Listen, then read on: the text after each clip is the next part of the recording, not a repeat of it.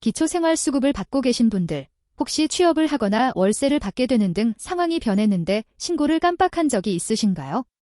실제로 3년간 약 5,400만 원을 부정수급한 사례에서는 징역 8개월에 집행유예 2년이라는 판결이 나왔는데요. 그런데 많은 분들이 정확히 언제, 어떤 상황에서 신고를 해야 하는지 모르고 계시죠? 안녕하세요. 소소하지만 담백한 복지 이야기를 전해드리는 소담이입니다. 오늘은 기초생활수급자분들이 반드시 알아야 할 변동사항 신고 의무와 부정수급 처벌에 대해 자세히 알려드릴게요.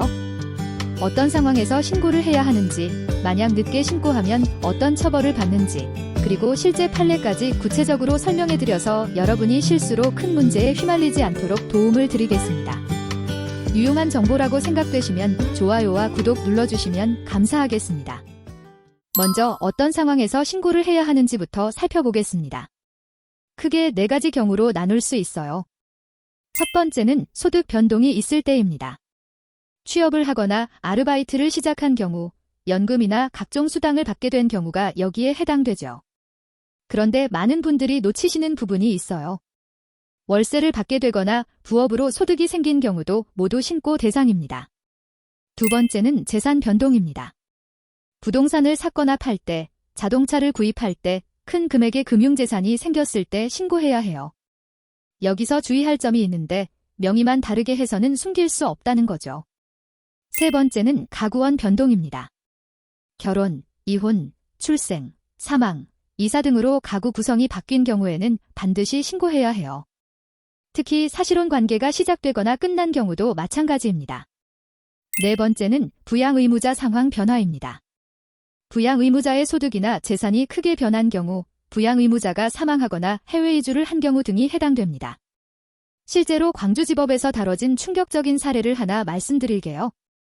70대 여성 A씨는 2021년부터 2023년까지 약 3년간 총 5,422만 원의 기초생활급여를 부정수급했습니다. 이분은 2015년부터 기초생계급여, 기초주거급여, 기초의료급여를 받아오고 있었어요. 그런데 A씨가 한 일들을 보면 정말 놀라실 거예요.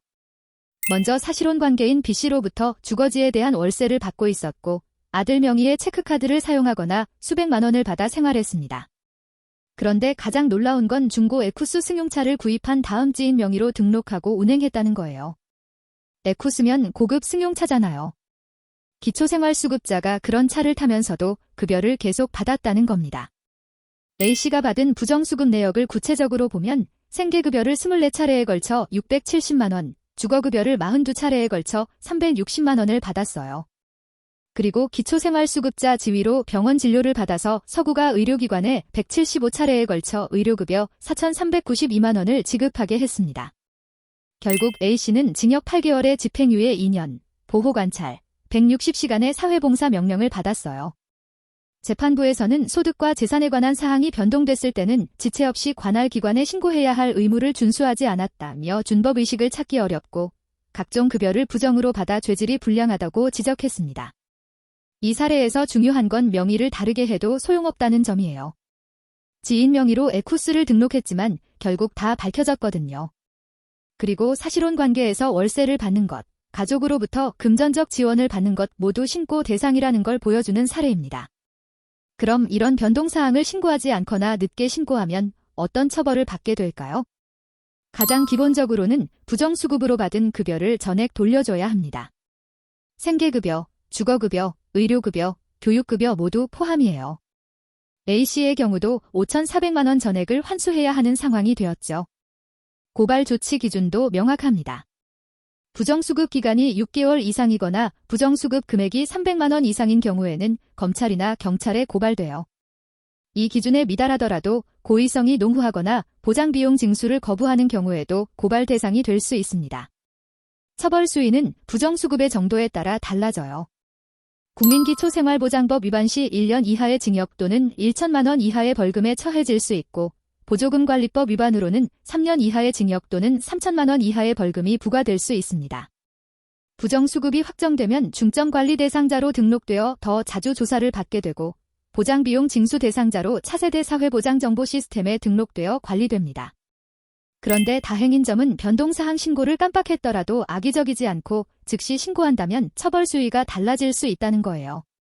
중요한 건 의도적으로 숨기거나 상습적으로 신고를 하지 않는 경우에 더 엄중한 처벌을 받는다는 점입니다.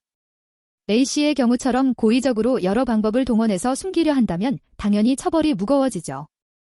보장비용 징수는 부정수급 사유가 발생한 달부터 적용됩니다. 예를 들어 7월에 취업했는데 10월에 확인된 경우 8월부터 9월까지의 급여를 환수 대상으로 하는 거죠. 하지만 징수 제외 대상도 있어요. 천재지변이나 화재, 부도 등으로 실제 징수가 불가능한 경우 생활 실태나 가구 특성을 고려하여 필요하다고 인정되는 경우에는 지방생활보장위원회 심의를 거쳐 징수를 면제받을 수도 있습니다. 여기서 제가 강조하고 싶은 부분이 있어요.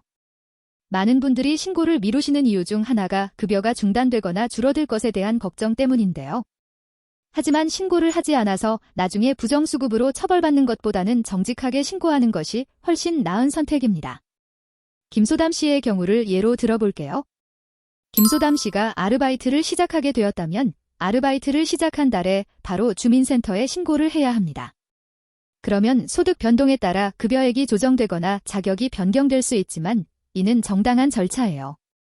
하지만 신고하지 않고 몇 개월 후에 발견된다면 그동안 받은 급여를 모두 돌려줘야 할 수도 있고 경우에 따라서는 고발 조치까지 받을 수 있거든요. 이소담 씨가 월세를 받게 되는 상황도 마찬가지예요. 월세 수입이 생긴 달부터 신고를 해야 하고 이 소득이 소득인정액에 포함되어 급여액이 조정될 수 있습니다. 하지만 이를 숨기고 계속 급여를 받다가 나중에 발견되면 임대소득이 발생한 시점부터의 모든 급여를 환수해야 할 수 있어요. 실제로 보장기관에서도 수급자분들의 성실한 협조를 바탕으로 제도가 제대로 운영될 수 있다고 보고 있어요. 기초생활보장제도는 정말 어려운 분들을 위한 소중한 사회안전망이니까요. 앞서 말씀드린 A씨 같은 사례가 계속 나오면 정말 필요한 분들을 위한 예산이 줄어들 수밖에 없잖아요. 정리하면 이렇습니다. 취업, 아르바이트, 연금 수급, 월세 수입, 부동산 거래, 자동차 구입, 결혼, 이혼, 이사, 가족 구성 변화, 부양 의무자 상황 변화 등이 있으면 즉시 주민센터에 신고해야 합니다. 늦더라도 정직하게 신고하는 것이 가장 좋은 방법이에요.